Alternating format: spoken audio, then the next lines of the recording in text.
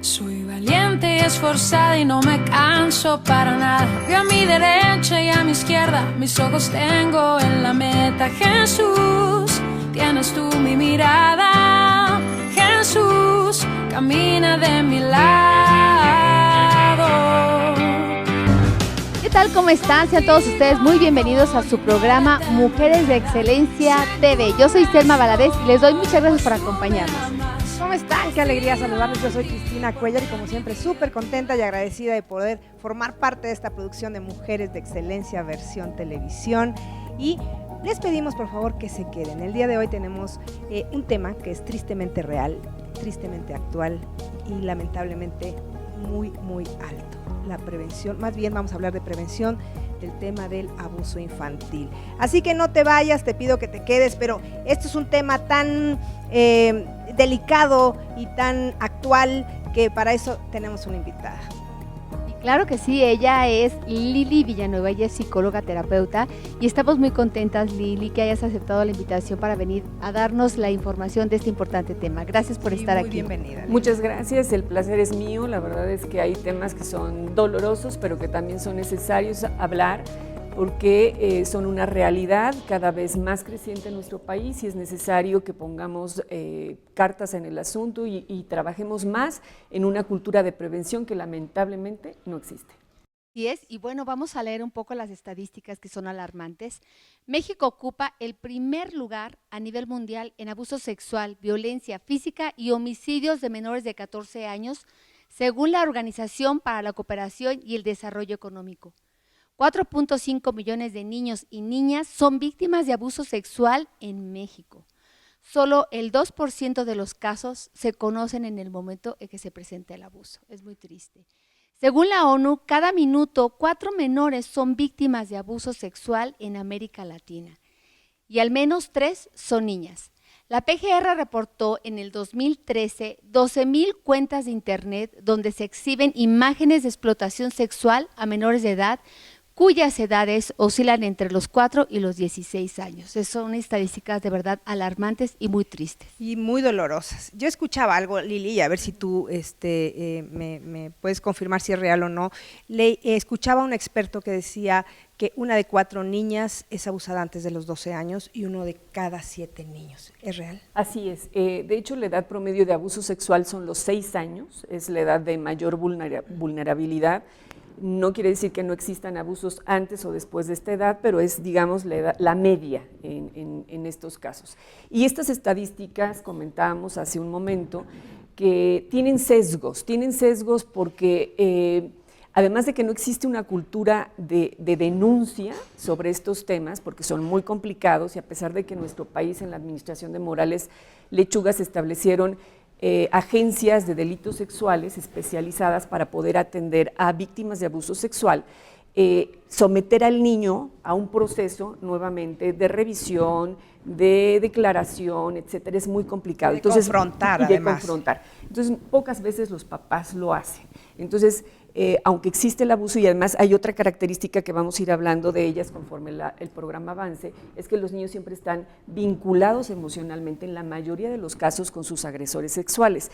Esto hace todavía más complicada la denuncia porque a veces se trata del papá, del padrastro, del abuelo, del tío, del amigo. Fíjate que yo etcétera. Escuchaba a un experto hablar de esto y decía que el primer lugar, el abusivo en primer lugar es el padre, después el abuelo, y en tercer lugar los tíos, que normalmente el altísimo porcentaje, como bien dice Lili, es de gente muy cercana, de familiares. Por supuesto, por eso es tan complicado para un niño poder manejarlo, porque existe un vínculo afectivo que lo une a su abusador y no tiene la madurez emocional para entender qué es lo que está sucediendo y es muy complicado poder manejarlo, hablarlo.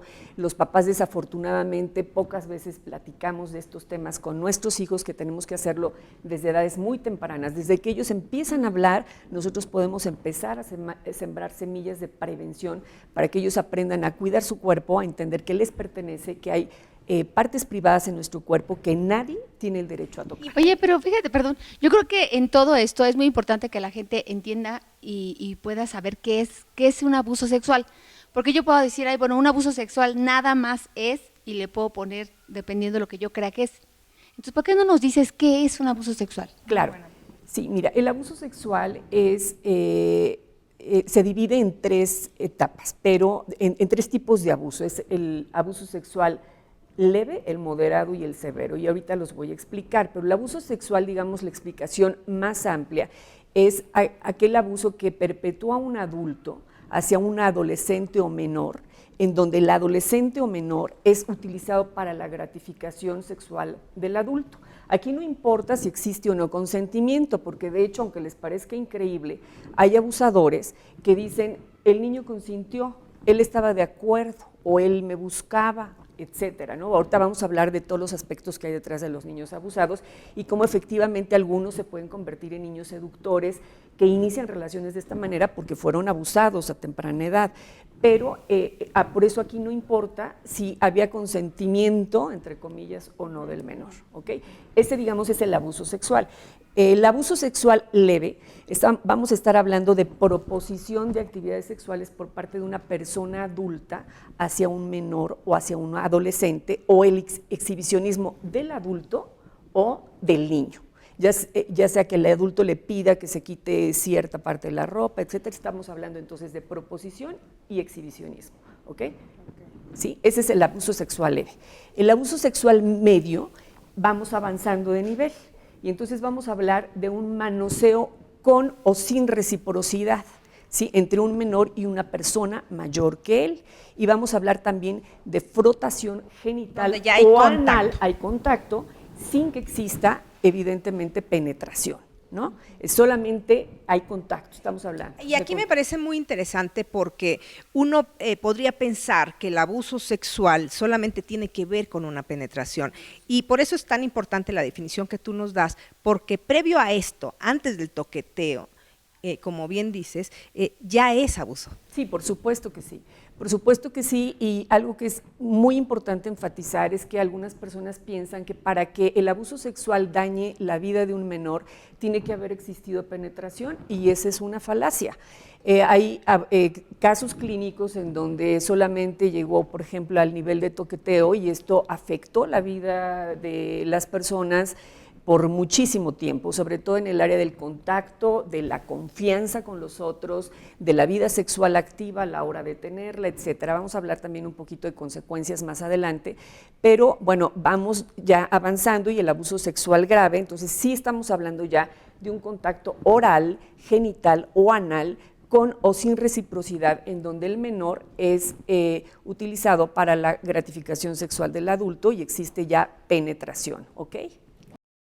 Fíjate que lo comentas y es un tema que nos deja helados, y es tristísimo porque es la realidad de muchos niños actualmente. Y por eso la importancia que tiene para esta producción Mujeres de Excelencia tocar estos temas, porque de pronto pensamos que si no hablamos de ello no lo vemos, pero existe, y queremos que tú, que nos ves desde tu casa, pongas atención, que podamos entender exactamente qué es el abuso sexual, cómo se define, cómo se comporta un abusador y cuáles son las señales que nos da un niño o un adolescente o incluso un adulto que está siendo abusado. ¿Y cuáles son esas actitudes principalmente con las que podemos darnos cuenta que un niño ha sido abusado ya en cualquiera de los niveles que tú nos has comentado? Mira, hay indicadores físicos, hay indicadores comportamentales, evidentemente, que nos hacen saber que un niño ha sido abusado. Los indicadores físicos pues son los más genéricos, generales. Tú puedes ver que un niño tiene su ropa rota o manchada, que a lo mejor empiezan a tener problemas de infecciones frecuentes, y también es un indicador que no tienen que estar tomados de manera aislada, porque evidentemente también cuando los niños están, por ejemplo, las niñas en su época de entrenamiento en control de esfínteres, si no son entrenadas correctamente, por eso tienen que coincidir varios indicadores. Y se limpian de atrás hacia adelante arrastran materia fecal del ano hacia la vagina, y eso puede producir problemas, obviamente, de infecciones. Entonces, tienen que coincidir varios. En casos, por ejemplo, mira, es lamentable que en casos de niños con discapacidad mental, pues evidentemente un indicador físico a veces es cuando ya les está creciendo la barriga a las niñas, porque los papás ni cuenta se Yo dieron, conocí un caso, ¿no?, de una mujer así. Así es. Tuvo 3 hijos, una mujer con retraso mental, y tuvo por parto normal 3 hijos. ¿De quién? No sabemos. Y que al final es gente que no se puede defender. Pero retomando un poco el tema de las estadísticas, algo que es verdaderamente alarmante, como decía Lili al principio, es que está sesgada la información. Porque ¿cómo nos enteramos de estas estadísticas, de estos datos o de estos números? Bueno, porque hay algunos casos donde el abuso llegó a una lesión física que llevó al menor o al abusado al hospital, pero está comprobado que solamente hay datos que generan estas estadísticas en hospitales públicos, de gobierno, no en los privados. Y esto del abuso no es solamente para ciertos estratos sociales, es una realidad que existe en cualquier situación social o económica, ¿cierto? Sí. De hecho, si hablamos del estereotipo de los abusadores o perpetradores sexuales, no existe un estereotipo definido. A veces pensamos que es gente sin educación, sin cultura, eso no es cierto, es una falacia. Las personas pueden ser educadas de un nivel socioeconómico alto, tener una relación de pareja, tener familia, o sea, siempre estamos pensando en perfiles que a veces no corresponden, entonces no existe un estereotipo específicamente. Regresando a esto que tú comentabas, es importante enfatizar, como lo hicimos al principio, que aunque las estadísticas que Selma presentó al inicio del programa son alarmantes, en nada son comparables con la realidad de nuestro país, porque efectivamente no tenemos esta cultura de denuncia y porque es muy complicado el tema. Quisiera solamente añadir algunos otros indicadores físicos sobre abuso sexual, y es que existe también en los niños enfermedades psicosomáticas, enfermedades que no son reales, que ellos están no son orgánicas, pues no tienen una base orgánica, sino una base emocional en donde ellos están pidiendo auxilio. A veces no saben lo que les está pasando y entonces el cuerpo reacciona ante una situación de abuso, sobre todo si esta situación de abuso se ha repetido por un tiempo prolongado, para que las personas evidentemente puedan recuperarse de un abuso. Influyen algunos factores, que es algo que también quería comentar. Evidentemente no es lo mismo que te hayan abusado una sola vez, a que te hayan abusado múltiples veces, a que te haya abusado tu papá, a que lo haya hecho el amigo de tu papá o un tío o un abuelo. El vínculo tiene que ver mucho, el tiempo, la duración, todas estas cosas son factores que contribuyen para que tú puedas superar o no el abuso, sea más sencillo, menos complicado, más complicado, etcétera. Todo esto son factores que contribuyen. Qué importante todo esto, pero creo que la información está incompleta y vamos a tener para tal fin más programas que vamos a hablar acerca de esto, como los indicadores de los abusadores, cuáles son las características, ¿no?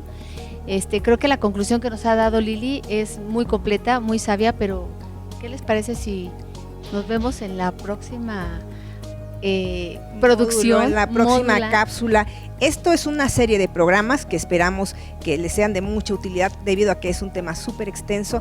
Van a ustedes poder verlo por módulos en la próxima producción, en la próxima emisión de Mujeres de Excelencia con este tema del abuso infantil. Muchas gracias, Lili. Gracias a ustedes, y en la próxima programa vamos a estar hablando un poquito acerca de cuáles son las teorías que están detrás de los abusadores sexuales y los indicadores comportamentales, porque los indicadores físicos son muy fáciles de más o menos poder identificar, pero los indicadores comportamentales son amplios y esperamos contar con su presencia. Muchas gracias por su atención. Muchísimas gracias, pues ya tenemos claro los síntomas, la definición, y vamos por más para conocer más de este tema. Muchas gracias, yo soy Cristina Cuellar. Y yo soy Selma Valadez, gracias por acompañarnos.